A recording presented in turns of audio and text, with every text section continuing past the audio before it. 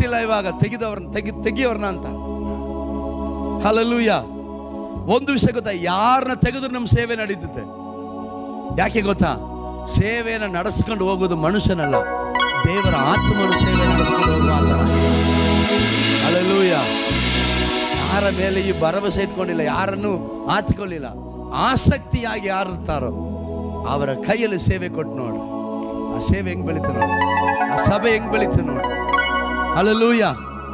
ಕೆಲವರು ನೋಡಿದಿಲ್ಲ, ಅವ್ರ ಊರಲ್ಲಿ ಮನೆ ಸಭೆ ನಡೀತಿದೆ,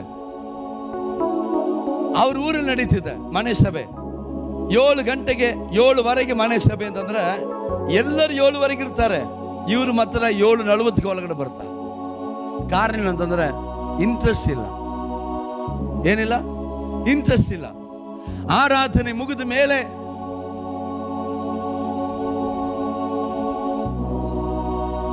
ಅಷ್ಟೇ. ಅದ್ರ ಆಸಕ್ತಿ ಇರುವವರು ನೋಡಿ, 8 ಗಂಟೆ 8ವರೆಗೆ ಆರಾಧನೆ ಮುಗಿದ್ರೂ ಕೂಡ ಅಲ್ಲಿರ್ತಾರೆ.